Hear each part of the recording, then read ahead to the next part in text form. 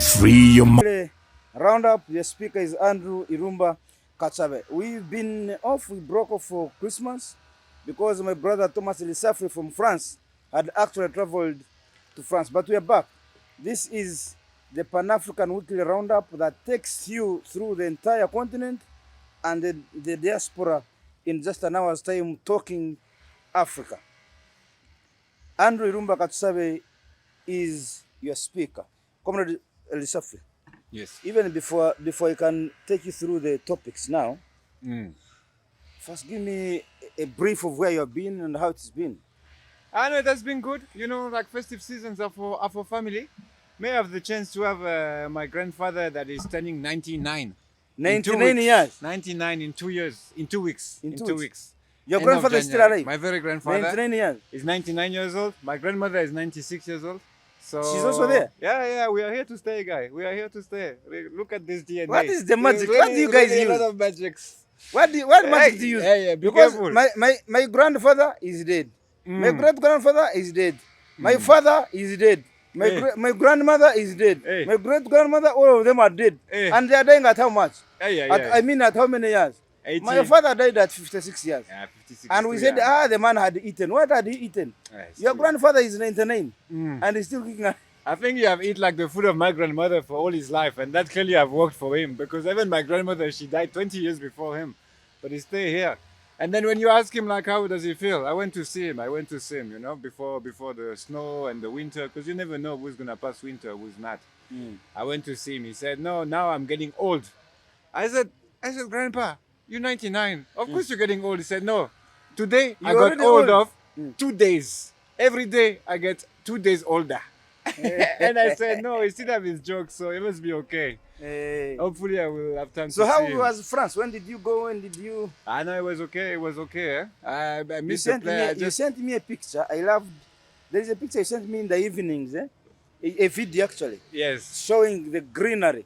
Yes. I think you are driving along some greenery kind of stuff, Yeah. and I loved that.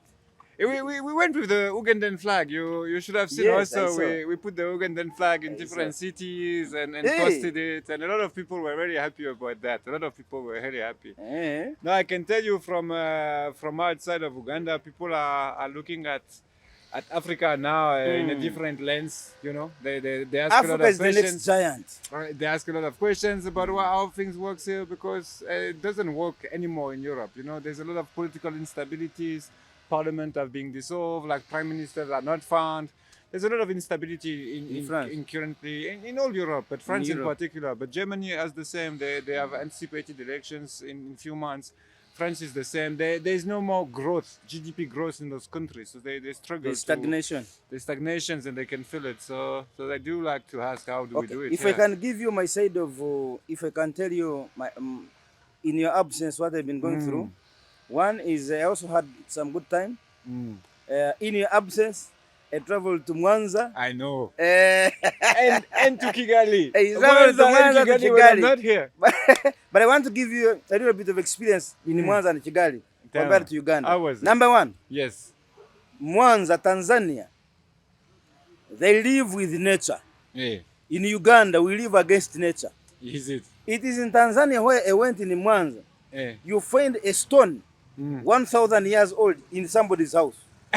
In the house, Inside the guy house. you find a perimeter wall built around the stone. They will not remove the stone. The stone where They don't even shift it. Eh. If you want a wall, you build your wall around it. It keeps there. Okay. You are building a house, you build the house, you leave the stone inside your sitting room. Yes. I went to a hotel, one of the biggest hotels. The stones are part of the steps going to the side, to the upper the side. up of the Yes, hotel. the stones. The original stone. Yes, they have simply built, they have simply designed steps Okay. around the stone. Okay. So you rotate around the stone, you enter into the hotel. So then you must be in a special Beautiful. place. You must be in a special place. I went into, we went into the lake Yes. Victoria. That was my next question. How is the We lake that jump on side? the boats. Lake Victoria Yes. is in Uganda, Kenya, Tanzania. When you go to the side of Uganda, Lake Victoria, it's Yes. dirty waters. It's smelly. When I went to Tanzania, the side of Lake Victoria, Yeah. my friend, It's not the same beautiful lake, water, it's even looking bluish. The birds, the birds that are not here are in Tanzania. They fled all long time flying, ago. they, Yes. they fly that side, eh? They live with nature. I went into the national park. Ah, You see everything 1,000 years ago, you see it now. it's still there. What I concluded is Tanzania lives with nature. Uganda lives against nature. Okay. I went to Mwanza city. In the heart of the city, just above there, you see a forest. Not man-made forest. A real Not forest, man-made forest. No. like we have. The natural forest. In Mwanza city. You are here in the city, that is a forest. Natural. No one have touched it. In Uganda, that forest, you'd find houses there. Houses. In Mwanza, no. How do you explain that? We are living against nature in Uganda. The rest of our neighbors are living with nature. So they're not against the And nature. that's a problem. Yeah, it's a problem. Here we are facing a lot of, diseases, a lot of problems. Yeah. You ask yourself, what's the problem? The problem. The problem could be that you are destroying nature. When you destroy nature, you destroy part of Nature yourself. is supposed to look after you, and you look after nature. True. That tree you are cutting is supposed to give you oxygen. The tree. And what do you give it in return? You give it your carbon dioxide. Yeah, that's a problem. So if you have cut the tree, it means you are living with your carbon dioxide, which is dangerous. It's really dangerous. You are living with your carbon dioxide. The tree that is supposed to absorb it and give you back oxygen, you have cut it. Now, you live both with your carbon dioxide and some little bit of oxygen. When you go into Mwanza, my brother, You don't have this everything type of changes. problem, So that's one thing I learned. Number two, I went to Rwanda. See that man there, eh? Muvandimwe? Wait. I have questions about this lake now. Because me, I also noticed we don't use this lake properly. Like the Victoria. lake is supposed to be beautiful. It's the Yes. second biggest lake in the world. People speak Yes. about it in books The and TV freshest shows. waters. The freshest Now, waters. you are saying it is the second biggest lake He in gave the world. all his wealth to Egypt. But it is the only lake with the freshest With proper waters fresh in water. the world. So how do we explain Lake the Victoria situation has as the it is? freshest waters. How do we explain the situation as it is? We are hopeless. How can we not use this lake? What has happened? Because we even are the source of the Nile. So that means like all the Nile's waters is coming Water from comes right from here. Jinja here. Right here. Jinja here. Few kilometers away from here. But the Nile is proper. It's clean. They use it for agriculture in Egypt and Sudan. But here in Uganda, our lake is green and smelly, as you say. But when you go to... Go to Jinja, source of the Nile. There. You'll see water is smelly. Water is... Go to Entebbe here, all these beaches. Is that because we have too much industries? Go to Luzira here. Go to Luzira along Lake Victoria. Smelly water. It's smelly water. Go to Mwanza. It's too much. Clean. No flies, everything is clean. Water is like bluish. You see blue. So you can see... My brother, I didn't want to return. don't you think the fish But I are had also to be forced living to there? return because I'm Ugandan. No, you can't say that. We are Now, we have to be patriotic. from Tanzania across to Rwanda. Yes. What did I see? You saw Kigali, No, leave alone Kigali. the whole country. I saw Rwanda. Yes. A country is made by people, Yes. not just a country. Yes. No, I saw Rwanda. Yeah. I saw what they mean. Here we are just talking about humanity. Yeah. He was just talking about Pan-Africanism. Yeah. No, I went to Rwanda. I saw people living Yeah. humanity. Yeah. They live with it. It's With in it bone. inside the heart. It's in bone. Yeah. They see you. They see a brother. Yeah. I went to Rwanda without Rwandan mafaranga. Francs. I didn't have. I entered there with my Ugandan money. Yeah. I jumped in a taxi. Yeah. Midway, I told the conductor, you know, my brother, Yeah. I'm going to give you Ugandan money. I will give you more. Yeah. So I will double the price. So It was 500 Yeah. Rwandan francs. Yes. I told him I'm going to give you double Yeah. because I don't have the Rwandan money. He said, no, my brother. You're Ugandan? I said, yes, you're my brother. He did like this. And he let you pass. I will pay for you. He said, I will He pay even for you. paid for you. He paid for me. That's really good. You see, that's really He paid good. for me. Mm. He said, no, don't worry. Yeah. Don't worry. You're at home. I will pay for you. Yeah. The man paid for me. Africa is for African. That's for sure. If I was in Uganda, they would even triple charge me. You this Ugandan. Because you're foreigner. The moment because they you're Ugandan. learn that you don't understand where you are going, you are a foreigner, you are a visitor, you don't understand where they want to use that as a weak point Eh. to exploit you. They duplicate. Now, in Rwanda, it was the opposite. When they learned that I was Ugandan, and I didn't even know where I was going, they instead held me as a brother. They took me to where I was going. They even paid for me. That's real Pan-Africanism. That is humanity. That is Pan-Africanism. So I saw that. Nobody told me. I saw it eye myself. to eye. Experienced it. Eye to eyes. The next thing, I was living in Nyagatare. I was connected to Kigali. We jumped in a taxi. We reached a certain stage. We picked 2 elderly women sick going to the hospital. Okay. The people who were seated in front, the moment they saw the bus stop to pick sick people, they jumped out and they went behind the back seats. To stand. No. You cannot stand. They left the front seats for the sick people who were coming in. They went and sat in the back seats. I see. Here in Uganda, even if you request them, they will not allow. The moment they are sat, they are sat. In Rwanda, nobody told them.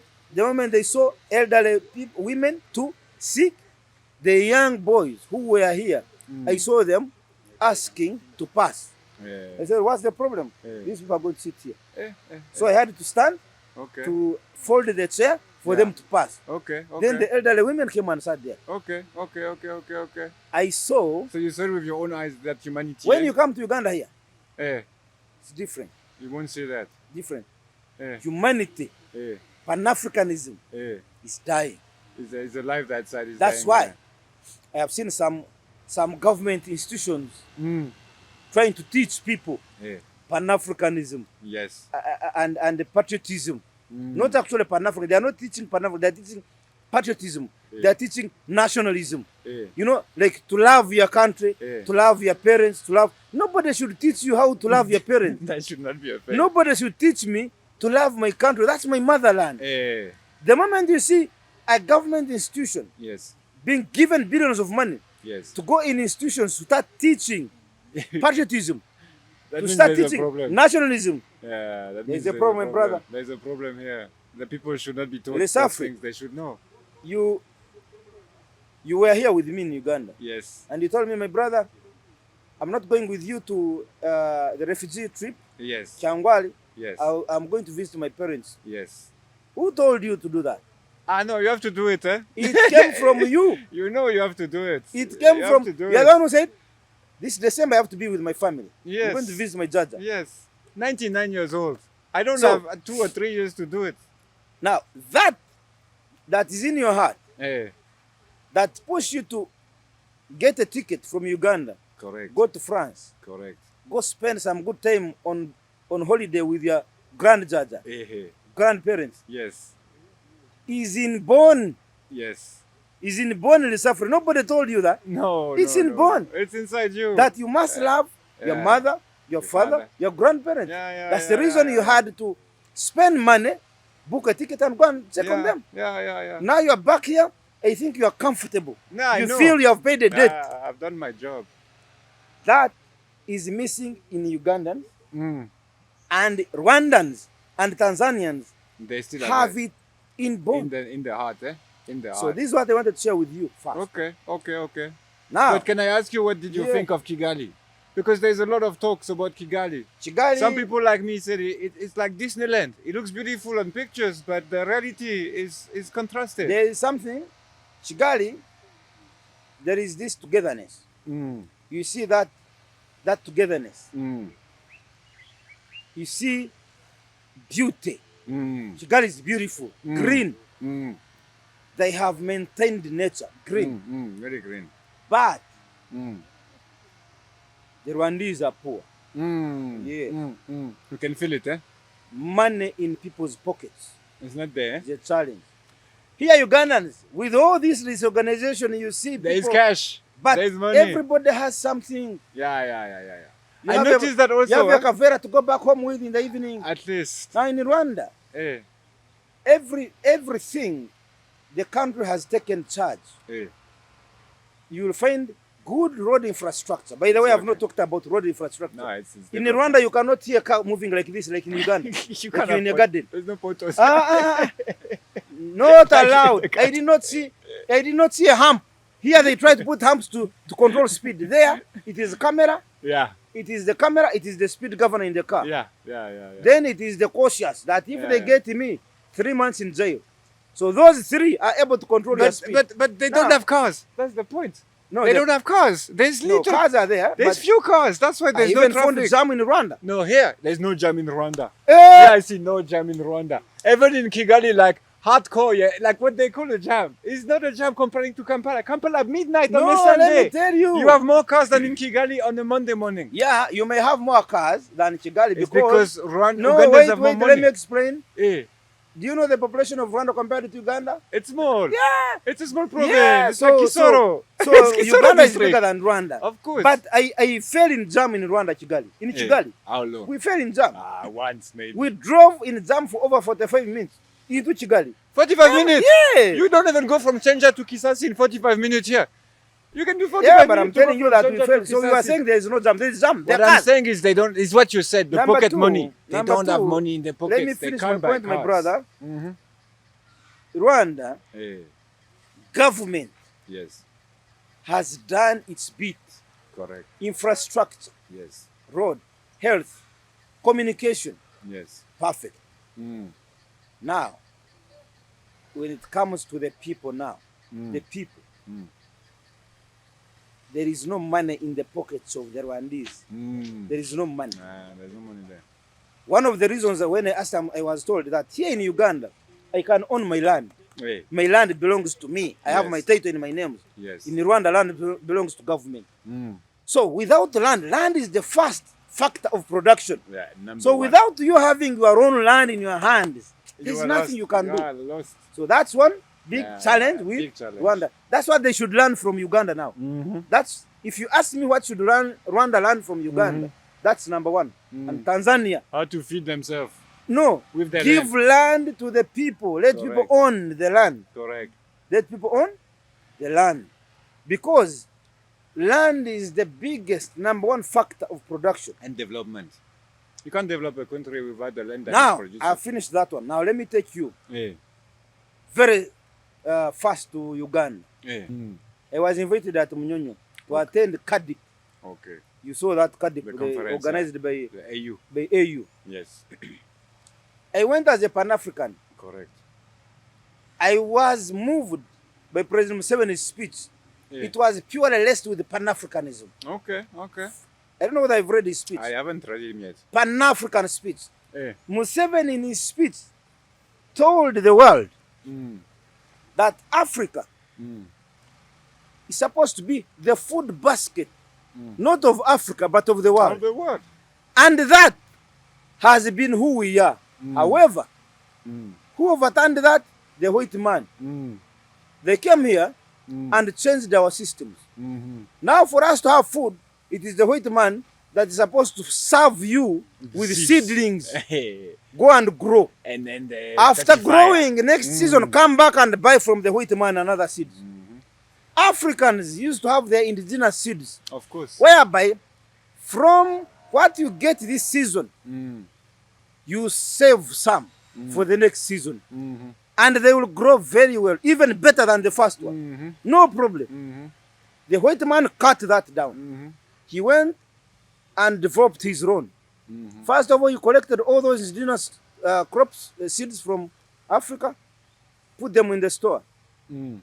used them as a research, Mm. penetrated them, injected them, created GMOs. GMOs. Now yeah. you get a seed, a maize seed, a banana seed, a cassava seed. Mm. He gives you, you plant. He sells it. He doesn't give He it. sells you. He sells you. Very good. Very good. He He sells you. He doesn't give you nothing. Next season, Eh, eh. you go back Yes. to Monsanto. Yes. So you find that Monsanto earns money every second.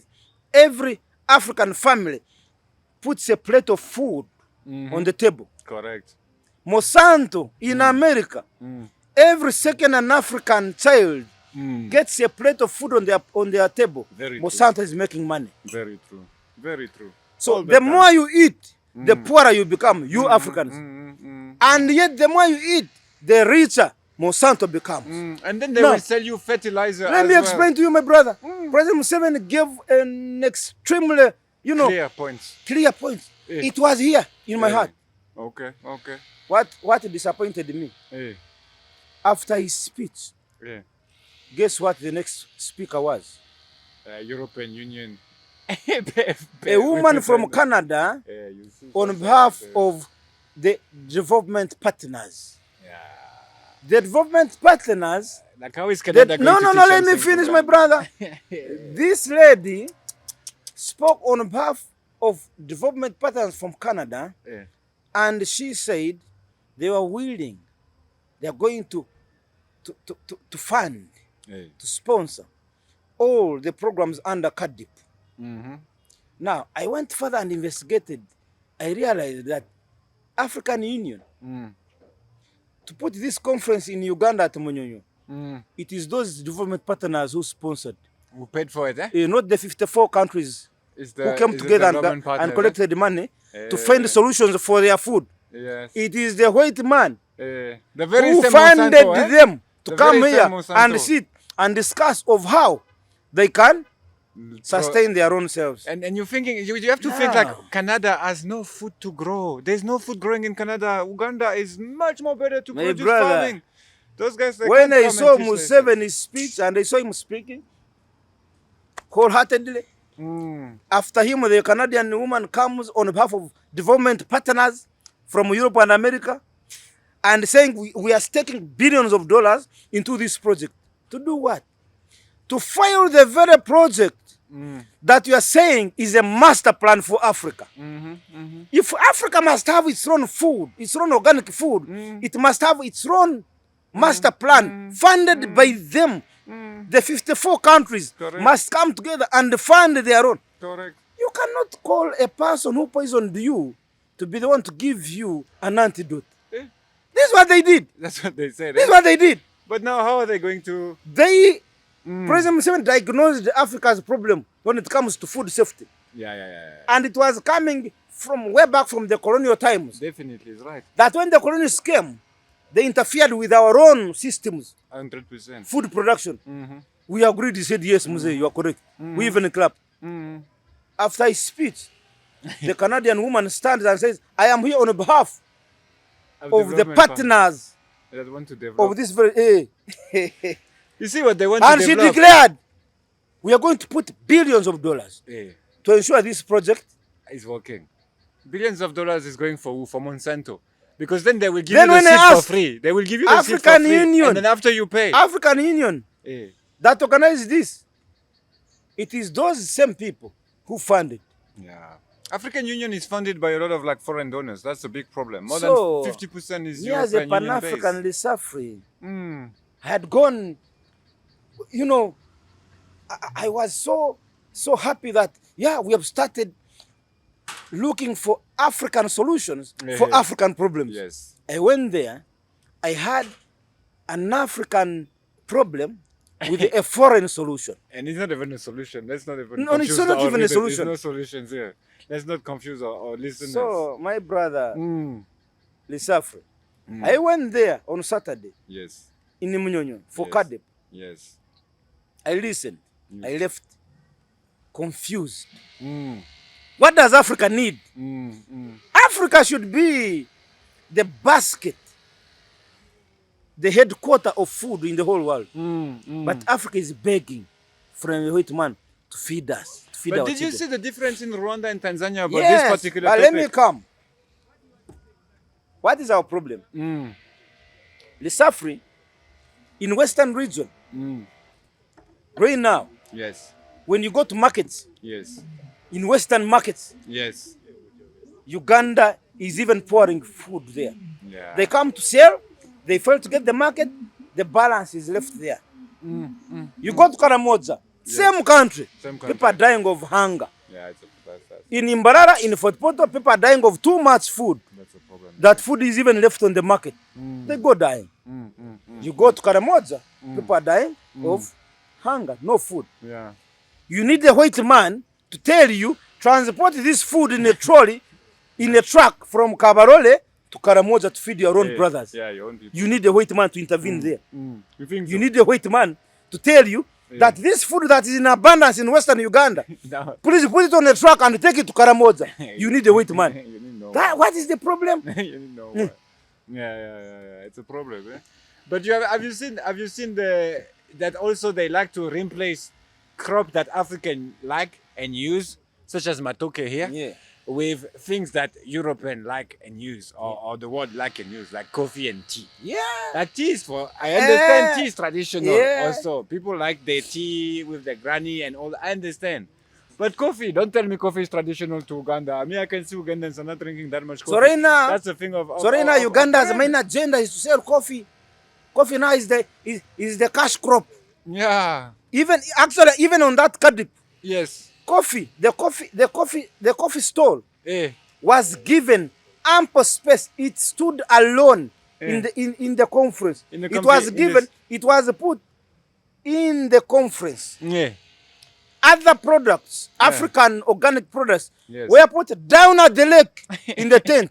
If you wanted to tour and you know would the see real only the African coffee. crops, you had have to to go go down. far. But if you wanted to taste coffee and drink and even have a market for it, it's just near the conference here. I see. So right now it is coffee in the forefront. Other African indigenous crops down at the lake side. That's why we went. Yeah. Mindset. It's a mindset. And also, The white man. but also the money, as you and said. The money now talk. for them, the white man Yeah. is setting you, the African, Mm. to value coffee, which is not even food. It doesn't It's a even cash feed crop. you. It's food. It doesn't It's even not, feed it's you. not, you cannot compare It can it grow. the way you would compare it with matoke, Yes. with cassava, Correct. with maize, Yes. with potato. Yes. No. I can live here without coffee, but I can't live here without matoke, without cassava, without maize, without peanuts. Yeah. You cannot live You cannot live without because those things. that's food. Yeah. However, the white man, because for him, coffee is the in thing, he has also told the African that all of us should focus on coffee. And people are Coffee, taking coffee, out trees coffee, and coffee. trees and trees and trees, like you speak Now, about in Mwenza. they are touching value change in terms of money, how much money you get from it. So they want you to focus on money. But you don't even get that much But money. after getting they that control money, the price. you go back and buy and food they to eat. control the price. They control the price. So After as you said, getting you buy after the getting food. that money What do from you the eat? coffee, now go and buy seedlings to grow your food Yeah. from the same. Very some people. Very some people. So I don't know what's Africa's problem now. Should we continue saying it's the white man? Is Africa's problem the white man real? It is our problem. We have to be strategic about how we Mindset use. change. Like I wanted to Everything ask you. a white man comes selling in Africa, we buy without question. Yeah, it's no problem. Now they have said coffee. Everybody. Now they are even now cutting matoke and cassava growing coffee. Yeah. The very own people are eating the matoke they produce, but now they're selling it to replace by coffee. It's a problem. But you see now the question comes like, how do we also see that Uganda here has a really particular position? Because Ugandans are farmers. And as you say, it's about who has his land and who doesn't have his land. As someone that have lived in South Africa, I can tell you that my Zulu brothers will tell you like all their land, the Tswana brothers or the Pedi brothers, they will say all our land that used to produce our food has been taken by the white men. They've been taken by the white men back in the day at apartheid time. Nah? It never been restituted. So what do? Most of us, we have only one solution. We have to go to the white men farms and try to work for the white men farms. When he's working on your own farm, you're working on your own land, right? And you don't even know how to produce your own food because the food that they teach you how to what to make is food they export. They don't care about the white farm in South Africa. They don't feed the people. They export. So now people in South African cities, they're starving. But South Africa has plenty of food in UK supermarkets. The beef is going to UK supermarket. The oranges, the lemons, the citrus, all of those things that people never ever touch before colonial time. They didn't even like those type of things outside of the beef, right? Of course. They send it to the UK. Now from the UK, a lot of things are coming from South Africa. It's money for who? For the farmers. But they never give it back to the people that they stole the land from. But in the normal situation, when you take someone land, you pay a rent yourself, right? So one of the big thing is Uganda has also provided some solutions because Ugandans are farmer and proud to be farmer. Something I noticed when I come here is that people are proud to be farming here. They're not ashamed of being farmers. In a lot of other countries, those youth that have passed a lot of time in cities and things like this, they don't want to be farmers. They want to move to the AI, technology, a new digital world, all of that. But we will always need people to feed us. And if we don't have people that farm our land with the sun and the water that we have the luck to have here, then what are we going to eat? What are we going to eat, as you say? So I do say that we should invite people, delegation from all around Africa, from countries where there's no more farmers. I'm thinking Angola. I'm thinking South Africa. I'm thinking Malawi has good farmers. I'm thinking of Senegal, the West Coast, the Ivory Coast. We send them here and we show how do we develop our own farms and how a country can feed himself and his neighboring countries. Because in South Sudan, they import food from us. In Rwanda, if you notice, South Sudan imports food from Uganda. From Uganda. The Burundi and Rwanda, they import food from Congo and from Uganda, right? But those places, they import the food. Even Tanzania, if you have noticed when you were traveling, there's no small shops. Like here. Here you can do like 20 meters, you're gonna find someone to sell you banana, to sell you matoke, to sell you tomato, to sell you avocado. In that side, you can make kilometers. You don't see no food. Because also I think there's this complication of becoming farmers. Here in Uganda, people are still proud of being farmers. And as soon as they have some money, they invest into farm. But you're right. We should not invest the money and the land into farming for foreigners. Coffee And tea for export, it's a no. If you're hungry, can you eat coffee? Yes. No, of course you can't. So eat you must coffee. first have food. You're just gonna get angry. You're just gonna get angry and pissed. Anyway, let's leave that now. Now, comrade, yes. Africa, Yes. Ivory Coast, Yes. to send French troops back home. Yes. After Senegal and Chad at the end of last year, Ivory Coast has also announced that French troops will be leaving the country. Only Djibouti and Gabon now have a French military base. Correct. The decolonization of Sahel and West Africa has reached a new step with the new decisions. However, it's likely for the region to still be a zone where European powers would want to exercise their influence. Mali is using Russians. France supports storage movements. And Algeria seems to be supporting diplomatic solutions rather than military ones. Mm-hmm. It seems like what we've been talking about in this show, which I'm really proud of, is week after week in this show, since we have started also last year the PAP weekly roundup. I announce a new country as kick out military forces. Yes. French military forces, right? We started with Mali. Mali. Then Niger made a coup. Niger. And those guys, General Chani, he kicked out the French power, right? There were two countries. But the usual military base were in Senegal, Ivory Coast, and Chad, and especially Chad. French paratroopers can intervene in a country like Uganda from Chad in 3 or 4 hours. They can be here, full military, right? So it was a really dangerous things that we have been talking about. We cannot afford to let countries like France or Russia or China have military base in Africa. What are they for, right? They have to restitute them. So we have first announced Niger, Mali. Then I came back to you and I said, listen, Senegal and Chad has announced the end of the military agreement. So all the military base are going to be cut. Burkina Faso, Thomas Sankara have done it before. Yes. So there were no French military allowed in Burkina since Thomas Sankara. I'm going to, by the way, I'm traveling to Burkina Faso. Yes. To meet Traoré. Yes. Send me an invitation. I'm coming. I'm going to meet him. No, we will. We have to see those pictures. Eh? We have to see those pictures. We're gonna give a good training on. He is appreciating of what we are doing. Yes. He's appreciative. He should know. He should know that being a Pan-African for someone like Traoré is not an option, because no one else is going to help him. Yeah. No one else is going to help him. So French troops have left, and then Ivory Coast is like the little how do I call it without being disrespectful? The little puppet of the French. Remember President Ouattara was the best man of Nicolas Sarkozy's wedding, right? So he's even the godfather of his second born or things like this. So they are really close, those two families, Ouattara and Sarkozy, and Ouattara and the French national bourgeoisie, right? They're really close. So Ouattara has announced that the French troops will leave in 2025. It's last day of the year. He has announced it on a TV show. He announced it's finished. So now the troops have left. The troop have left. There's 1,000. The troop of Chad also have left. They restituted one of the military I bases. see after long gunshot inside Chad, presidential palace located in Jamena on Wednesday, So- 8th of January. It was a night attack that killed around 23 people. So there was a coup d'etat also in Chad. That's happened An just attempt. after. So a few days before a coup d'etat, the French leave the country in Abéché. They have 3 military bases. Two of them were left, right? They leave military, right? And then we see in the few days after a coup d'etat, people start to hear gunshots. Where? Inside the presidential palace, not in the streets. Inside the The presidential palace, there were gunshots. They start to shot. The shooting happened like 12 hours, something like this, all over the night. Now, even people in Jamena reported they saw tank coming around the presidency, but no one knew what happened. Then suddenly the Minister of Information, he comes out of the palace and he said, no, the insurrection is done. Those guys have been killed.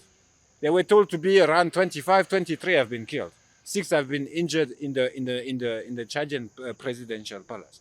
The president have posted that he's safe and alive, right? But you do remember that his very own father died last year, right? Somewhere in the battlefield.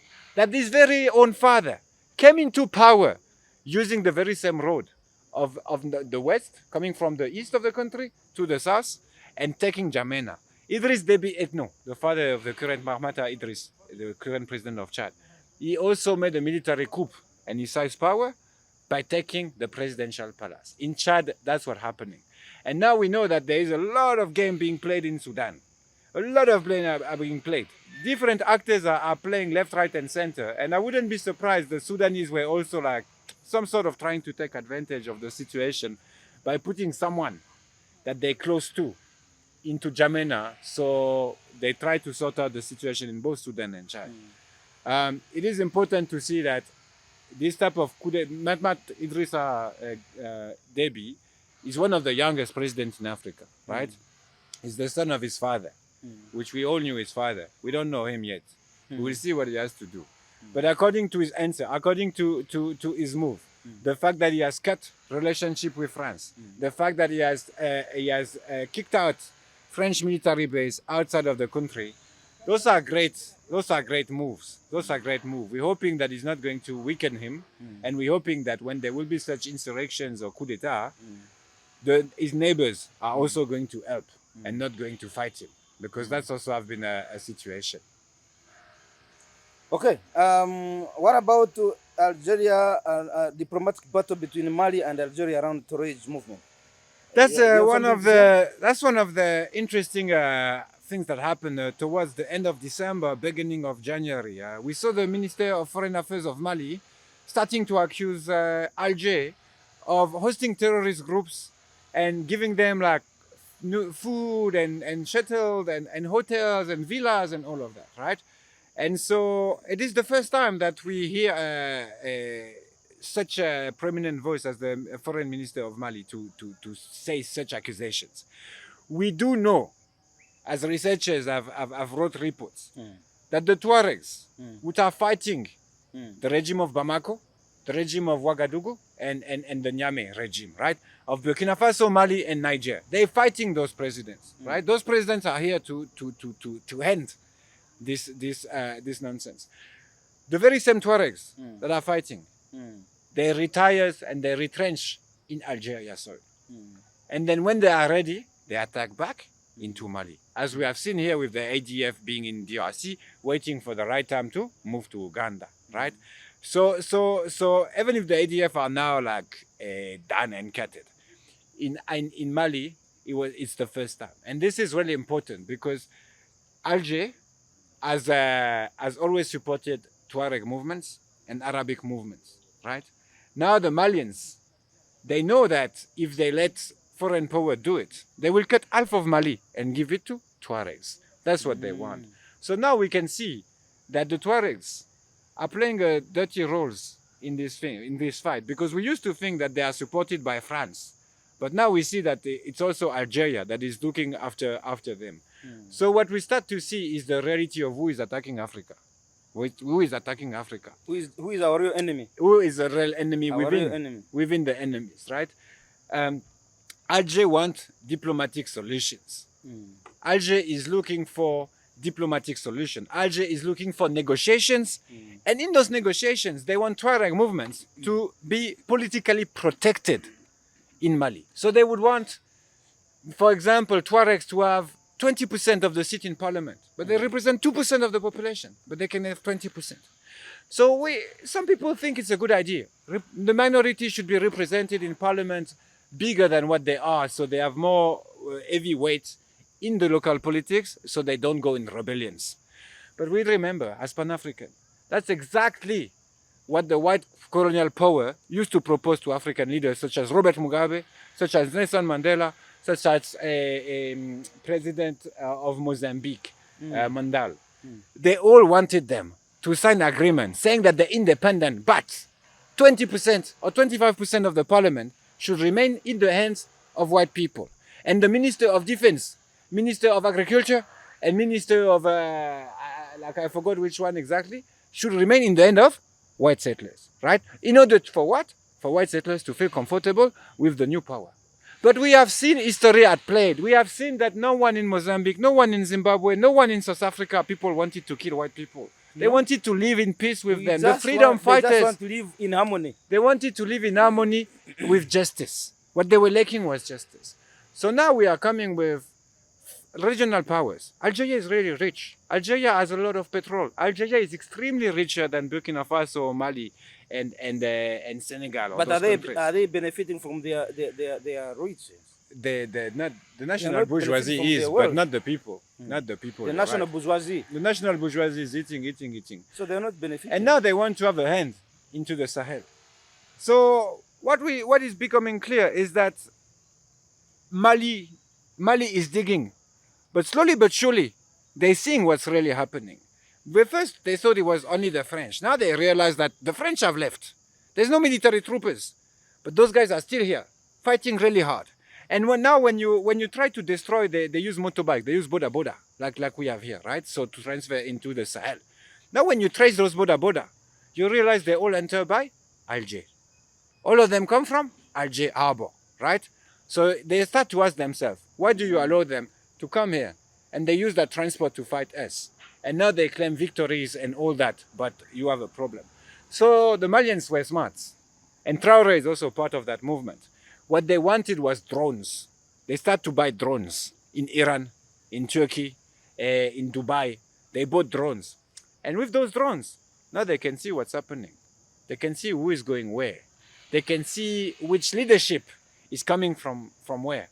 So around a week ago, the leadership of all the Tuaregs independentist movement sit together and said, under one organization, Front de Liberation of Azawad, Liberation Front of Azawad.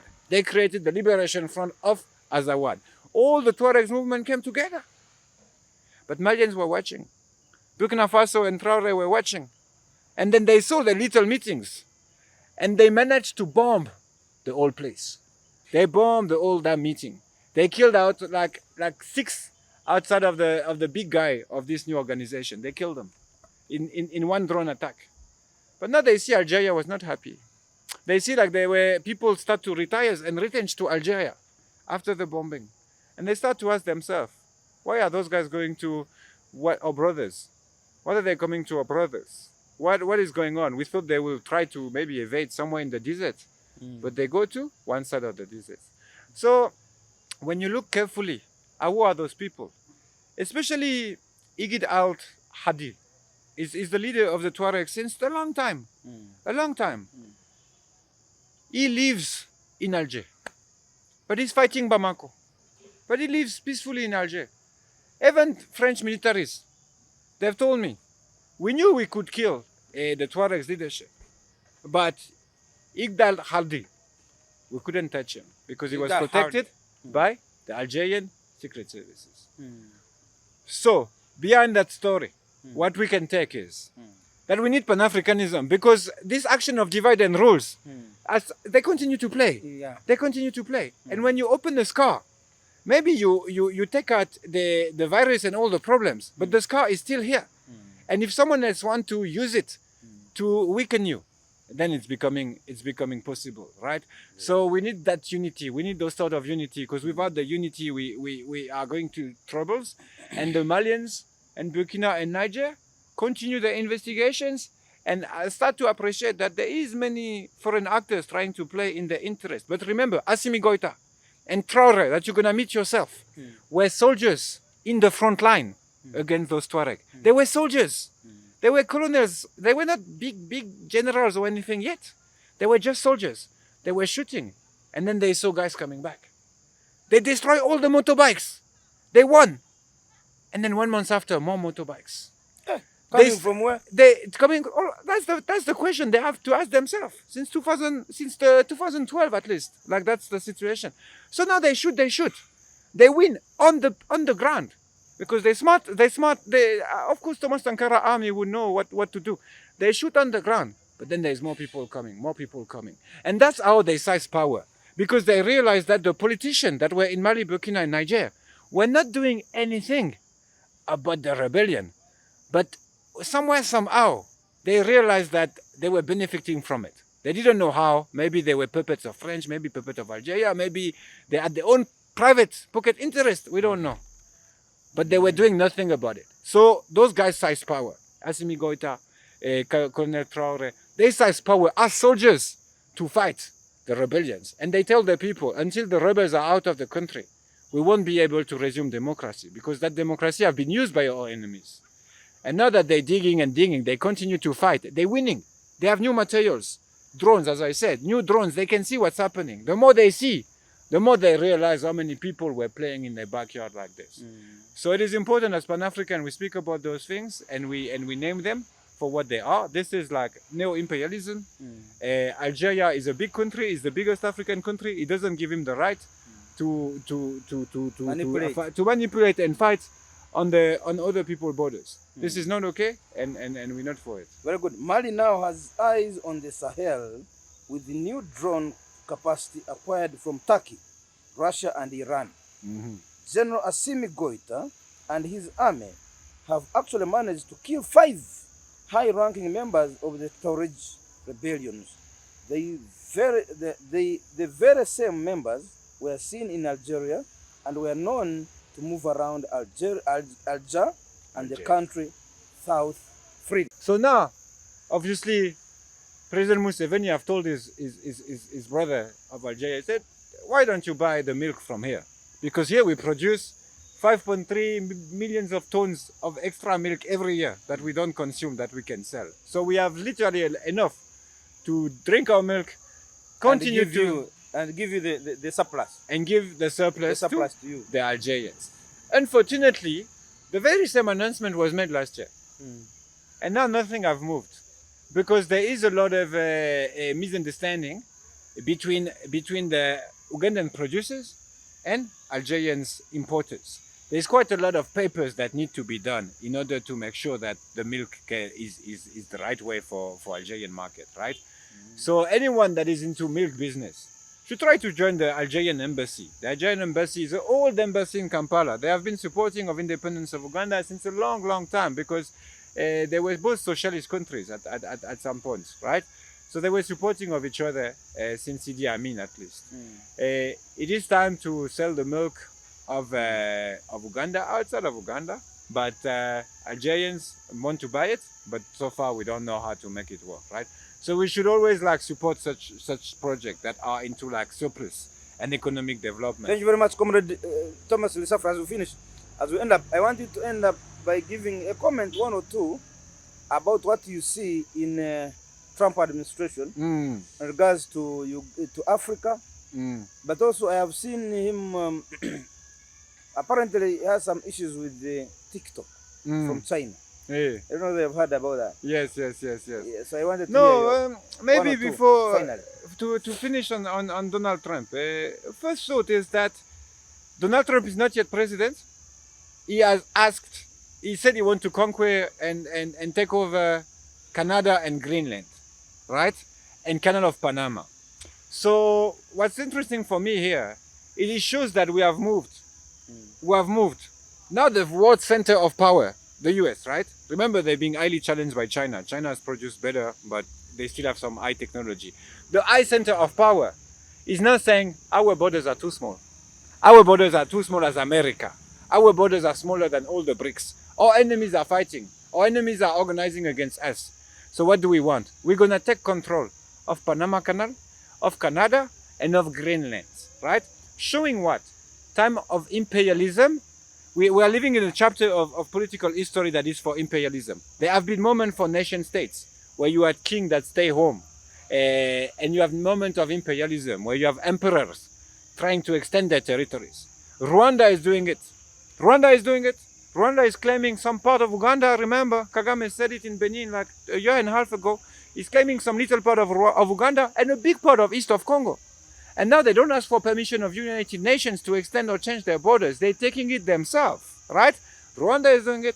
Russia is doing it in Ukraine. He said, this part of Ukraine is my part of Ukraine. I'm not going to ask UN permissions for that.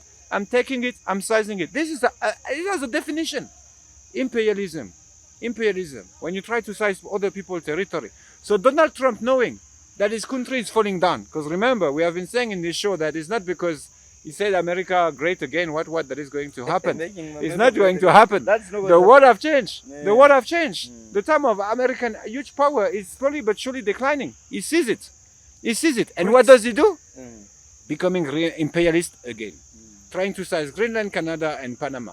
Canada is not going to size Canada. It's too big. It's going to be a lot of problems. But Greenland, Greenland, you might take a chance here because you don't even have like 50,000 people living in Greenland. So sizing it is not so complicated in terms of military things. But that would mean the end of an order based on Northern powers. It would mean that even the Northern power, that is the United States, has decided he doesn't care about his own rules and is applying his rule. So time of imperialism is on the back. You will soon you will see those classic historical imperialist countries trying again and again to size like possessions here and there. We will see what's about, but having Donald Trump being openly imperialist and say no, we want to size this part of the world, is both a concern and the evidence that we live in a new reality. We live in a new reality. Thank you. And on that note, Comrade Lisafri Thomas, our very first show in 2025. Thank you so much.